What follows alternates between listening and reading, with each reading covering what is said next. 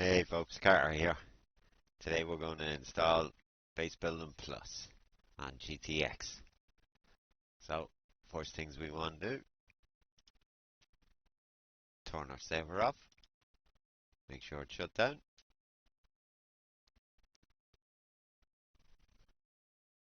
We go into Steam Workshop.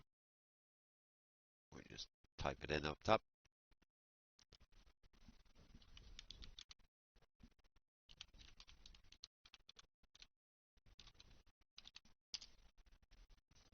Alright, there we go. We just go for the standard one and install that. GTX pretty cool. They auto install them for you. You don't have to go uploading them to your own server, you know. It's a pretty cool feature. I like it. So far, I'm really impressed with the service they provide.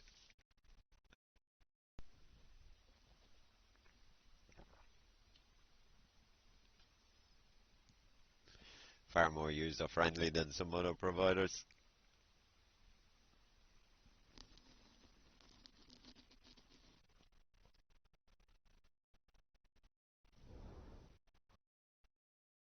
Won't take too long. It's not that big of a file. There we go. Alright, we got that installed. Server side. So we're back out of that now. If you go on it, oh, I've got the bloody launcher running. 1 second. Turn that off. We go on to Steam. We're in the workshop.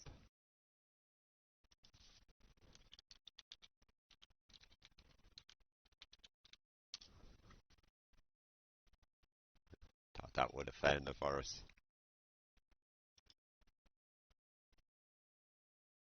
No.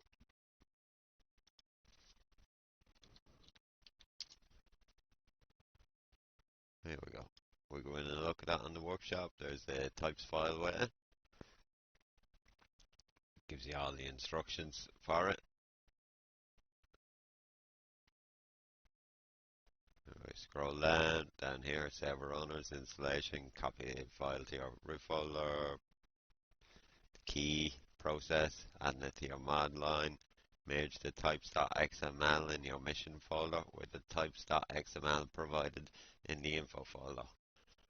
So that's what we want to do right now. So to do that, we've got the standard expansion mission on the server.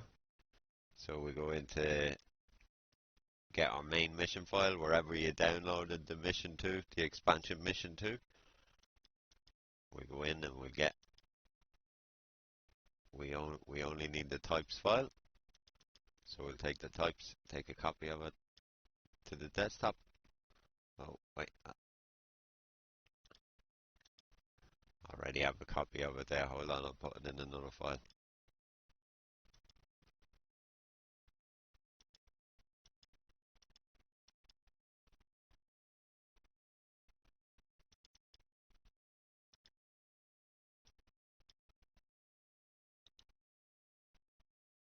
Just take a copy of that and we'll put it in there.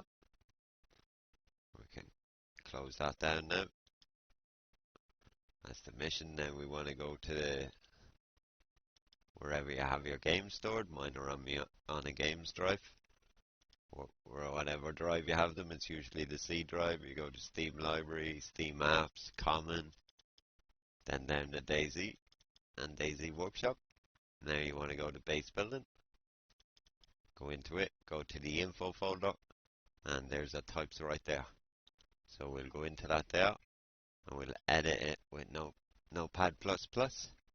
Now we'll just take from this line right here, and we'll scroll right down.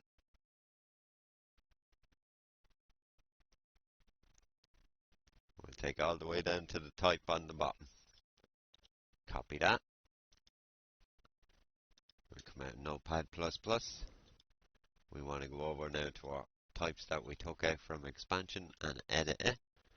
And then we just scroll right to the bottom We take this last command line on the last type, the finishing type for that command line there for that item. Starts with a type, finishes with a slash type, backslash slash.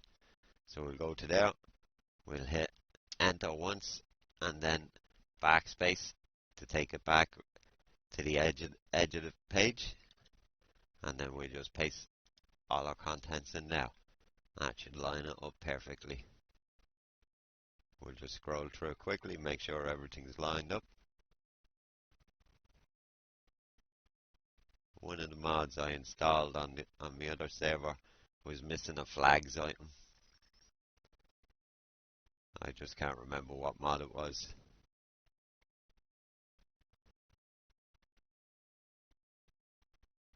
Everything looks good there. What we can do anyway, just to verify it, we can back out of that now.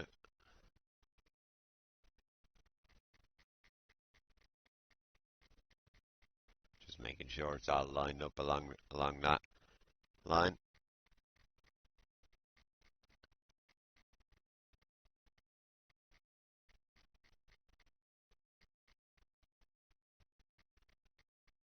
Pretty good. Let's back into the expansion stuff now.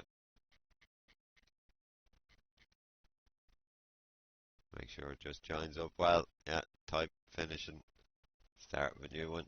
We'll save that. We can get rid of the other one then.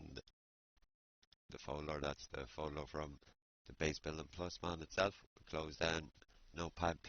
Now we have our edited types file. So we can get rid of the base building page. And we can get rid of that. I know where it is. Now we want to go to Filezilla. Sign into your server. I'm already signed in.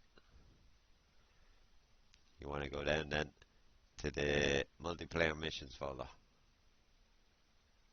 You want to hit into that.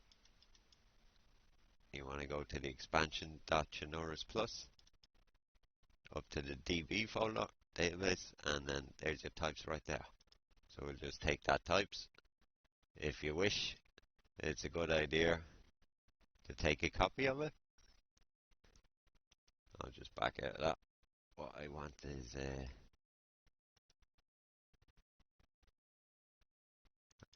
we go. So say for instance, before you go deleting it, you could go in. I'll just do this quickly, just so we don't get them mixed up. I'll just type in backup.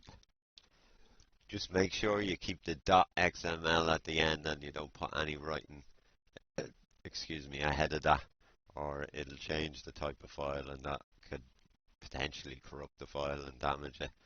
So we'll just change that to a backup now. We'll highlight the 3 dots and we'll download that. Now we got it downloaded as a backup. In case we do make a mistake, we can delete it now. Highlight the 3 dots on the server and transfer our new file over. There you go, our new types file is in. We can back up out of that now. We go back in. Everything should be good on the server. We just go back to the server and we start it up now and wait for it to show some signs of life, and then we'll join. I should have made myself admin.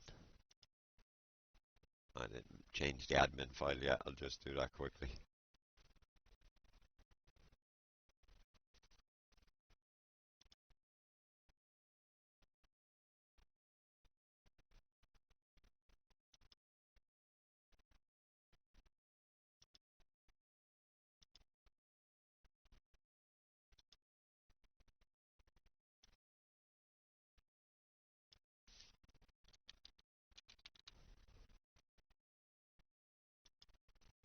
There we go.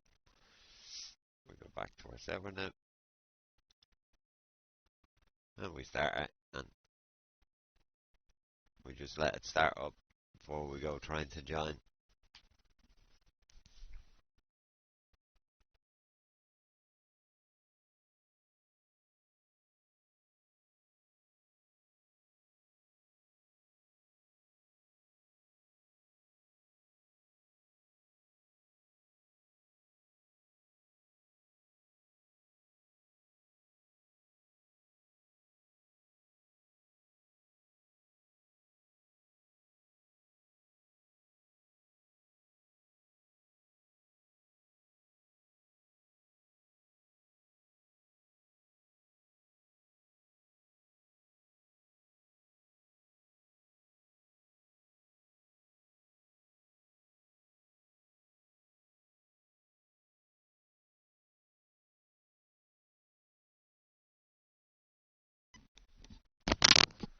There we go, server's up and running.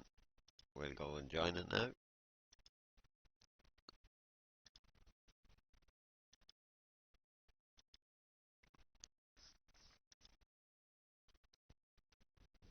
Any minute now, not a second. Hey, alright, here we go. I'll load it in. Let's turn on admin tools. We'll just go to our object spawner. We'll go for base building plus, BBP. And there's all the base building plus items. Spawn anything in you wanted. All up and running. So we know it's running. We'll just spawn in a floor kit there. Couple of floor kits. A floor panel. We'll just get rid of that.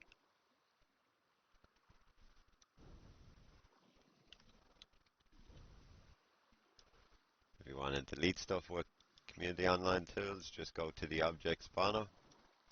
Then in bottom right corner, delete. See? Tier 2 floor kit. Delete that. Delete that. And then the hatch hologram. We delete that.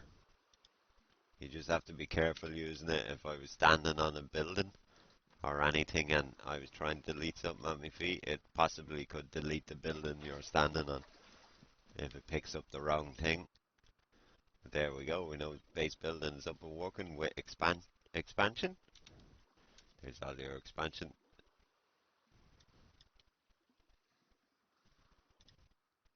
Okay. And we know that's working. We want to go back out and reconfigure both files. There's a little bit of tinkering about the configuration files to make them work. But it's not that bad. But it's pretty cool. Awesome mod, so it is.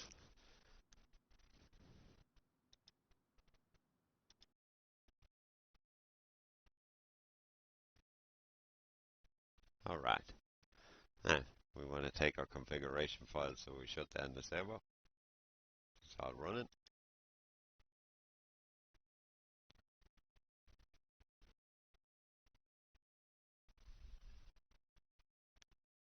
There we go. We want to go to our Filezilla again. Go back to our folder that we want to put stuff in. I'll use this test folder. Now we want to take our settings for base building plus, so we'll scroll into the SC folder again, and then you can see BBP settings.json. We want to take that over. We just copy it over. Now what we also want to do is take our expansion settings. Into settings, base building settings. So we want to copy that. We're just going to configure them so they don't conflict with each another. And we'll take our general settings too, because we might as well go through them too. That's pretty much it. They're all your expansion settings. So we can back up out of there for the moment. We'll go back into where we put those files. I know where they are. Here they are here. So we'll take, for instance, to start with the base building settings, edit it in Notepad++, and then we'll go to the base building plus settings and we'll edit it in Notepad++. This is where, as you can see, we've got build anywhere, allow building without a territory, what you can deploy in and outside a territory, like craft vanilla, craft expansion building parts, destroy flag, undismantle, they're all pretty self-explanatory. So we go through that. We don't want to be using territories for both of them. Would be conflicting, you know. You can craft territory flag kits, so you want to choose one or the other to do the territories, where you require a land claim. So say for instance we decide to use base building territories, you'd want to turn them off in your expansion territories. I found them to conflict. Other than that, that's all you really got to be careful of, you know. Simple territory, can craft territory flag, damage then, code lock. You do the wrong code lock, you get damaged. Code lock actions open anywhere, so you want to take that one right there. Make it 1 if you don't want to have to look at the code lock. Dismantle anywhere, dismantle inside territory, outside territory. Flags require tools to dismantle them. Destroy flag on dismantle. Can craft expansion base building. It's all pretty self-explanatory. Allow building without a territory. So we'll do that so you don't need the territory on expansion. And then on this we'll require land claim.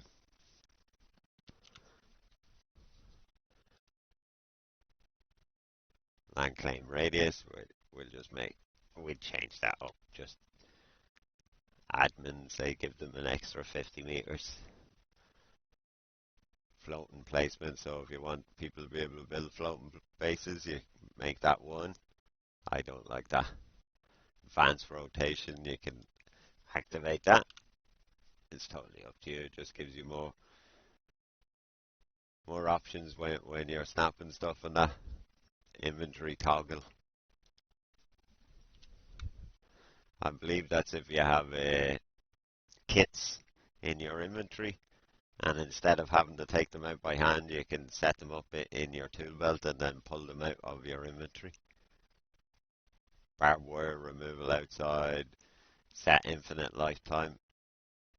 So that's when the server restarts, the lifetime on the items for the base building plus base structures will reset their lifetime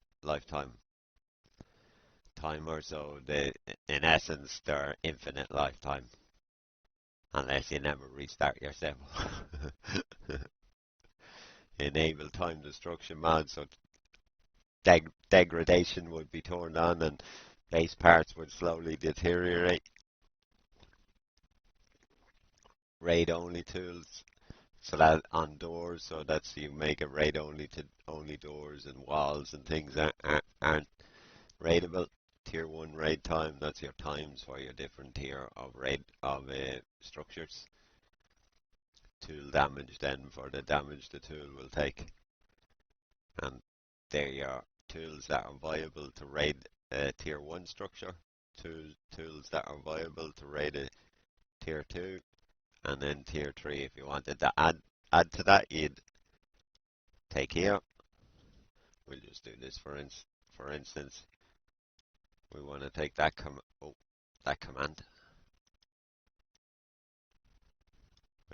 take the bottom one because we don't want the closing bracket in it for the last one. We'll have to put one in on this one because each one would have one apart from the last item. That's the closing bracket for the last item. So we'll take this line. We'll copy that. We'll go to the end of that line and we'll hit enter. Same again, we want to hit backspace twice. And we'll paste that in there, and then you just put the name of the item. So, for instance, it'd have to be a precise class name, like it's case sensitive, so it would. But just for example, we'd say we wanted to make a hammer viable to raid tier 2. You could add it to tier 1, even to tier 3 if you wanted, but it's totally up to you. We'll just get rid of that. Here we go. You would have had to put the closing bracket on that one. we would have had to do that before and left the last one without, but we don't need it. So that's pretty much it. It's all self-explanatory. There's more options at the bottom though. Oh, I thought there was 2 more at the bottom. That's it. That's everything. Whatever. Oh, your cement mixer time, how long it takes to make cement mixer. That's where they were there. So you could increase that or decrease it if you wanted to take very little time for them to mix cement in the mixers. Pretty much that's the way we would set it up, while keeping territories built without a territory on this side. Or you can make it build with a territory button. I've had trouble doing that. The code locks for each mod don't seem to be cross-acceptable to each another, like, so I tend to download the code lock mod itself, and that code lock is applicable to both doors from both mods, so gets around it. But otherwise, that's it. You'd save that file then. We can back out of that file. Save it. We have those 2 files now. We just go into general settings. I just wanted to go through these quickly. Here, notifications, global chat, party chat. You can deactivate them by making them 0. Grave cross. Just leaves a grave cross when a person dies, player dies.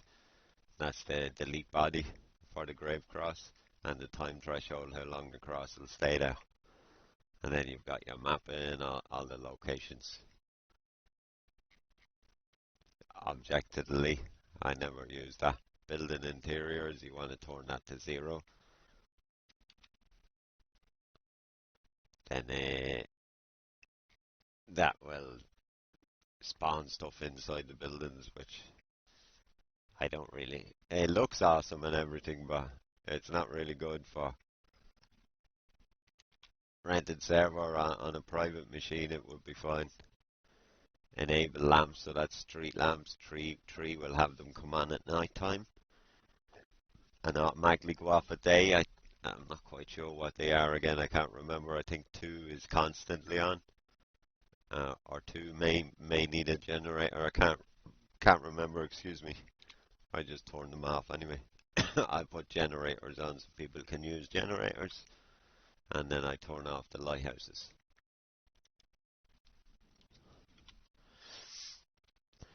HUD vision on the HUD, night vision, magic crosshair, disable it, player tags, distance of the player tags, enable player list, auto run, unlimited stamina.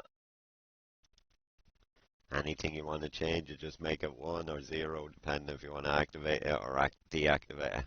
Use death screen, use a death screen tactics, statistics. I've never actually noticed that.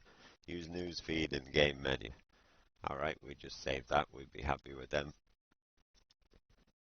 We back out. We go to our Filezilla.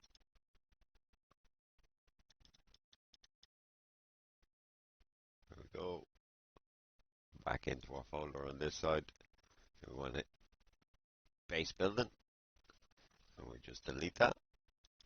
If you wanted a copy, all you have to do is make a copy before you edited them. We'll highlight that and put our base building over. Then we'll go to our general settings. We'll delete that.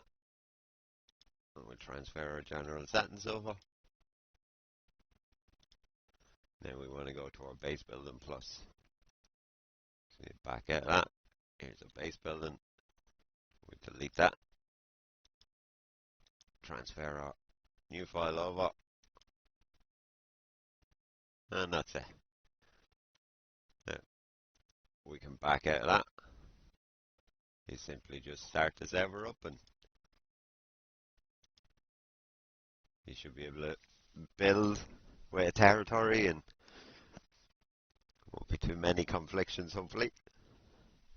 That's how you do the base building plus mod, folks. I hope it helps with expansion. A lot of people have issues with the 2 of them run together. I find them to work quite well. As ever, I hope these videos are helpful, and I'll talk to you all soon. Take care, all.